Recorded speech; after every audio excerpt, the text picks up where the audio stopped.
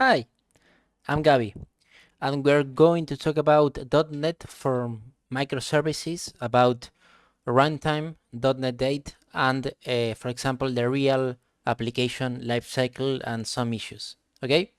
Let's say your microservice is fast locally, then it slows down in production.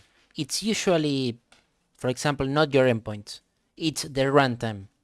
In 2 minutes, I will show you the one thing that silently could breaks the configuration and the observability. .NET is a developer platform, but we can say that for microservices, we can think about it as a runtime, as a combination of runtime, base libraries, and memory model and compilation model. For example, we have the CLR that executes managed code, it manages the threads, the exceptions, the type system. We have the BCL that's usually what you use every single day. For example, collections, input output, networking, JSON, the garbage collector that it automatically manages your memory. You don't have to work with memory manually as you could do it with a C++ or C, for example. We have the GIT, where it compiles the IL to native code in runtime time.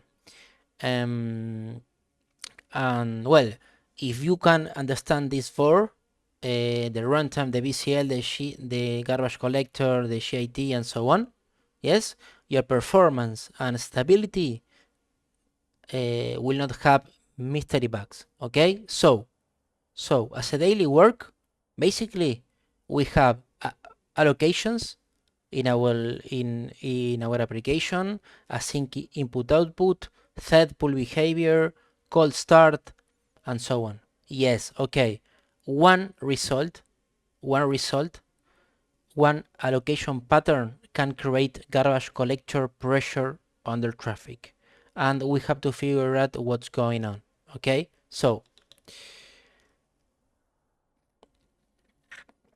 as I said before, the garbage collector it's the runtime. Okay, it executes your managed code. It handles the exceptions, the threads, and the type system. The BCL are the libraries. It's all what we use every single day. And the garbage collector, as I said before, we don't use manually the memory. We don't free memory manually, but we pay for the allocations for the garbage collector. Okay, as we work with this. So here is the trap. For example, if you are working with microservices, microservices fail under load because of the garbage collector pressure.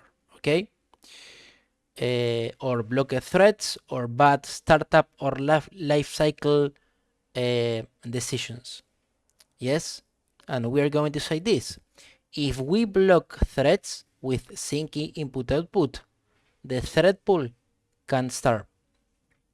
If we can allocate a lot, okay, the garbage collector, the garbage collector runs more often. So if the startup is very slow, this can hurt eventually the latency when we are running or scaling with a lot of requests.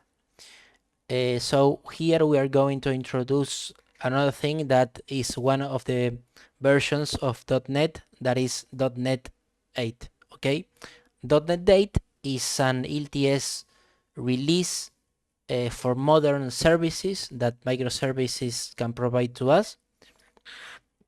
It has a lot of benefits from other older versions. Yes, we have better runtime, we have better performance with ASP.NET Core, we have better diagnostics, cloud ergonomics, we can do it all cloud native, for example, deploying a Linux version in the cloud with Docker and Kubernetes.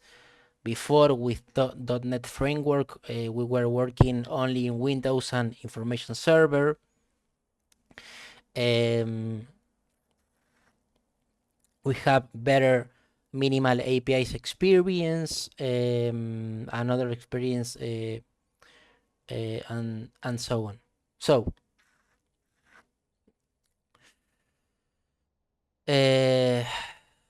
talking about the lifecycle applications of .NET, we can talk about the main core file that we always have, that is Program.cs file.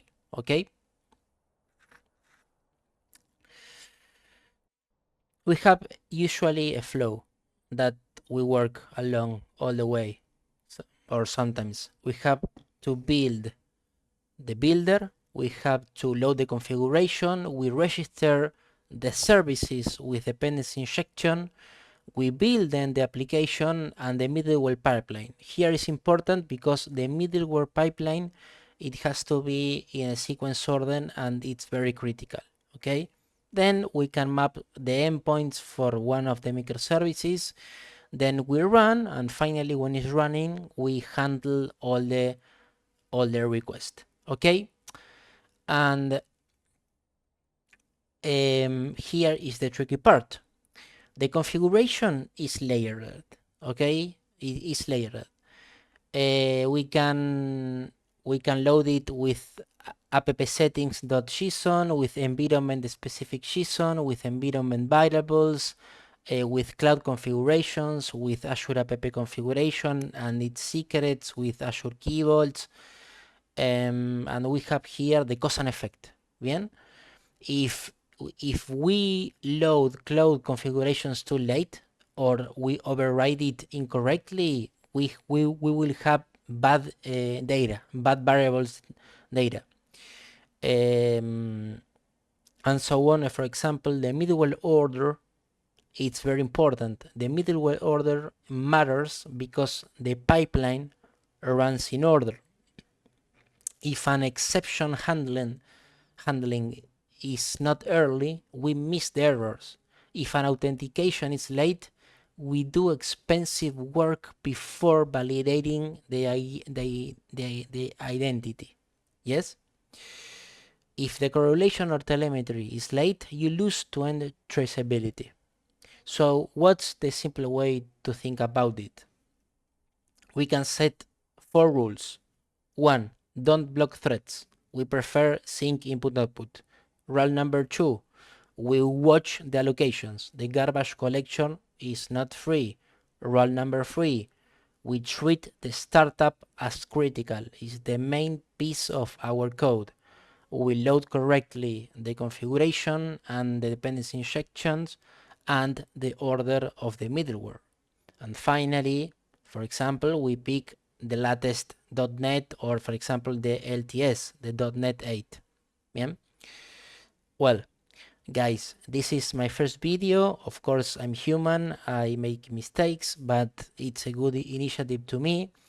In this channel, or various channel, we are going to talk about .NET, microservices, technology, computer science, optimization, art, thoughts, philosophy, a lot of things. So thank you for watching, for listening, and I hope this is useful for you. And we are going to talk about a lot of more topics about .NET and its application.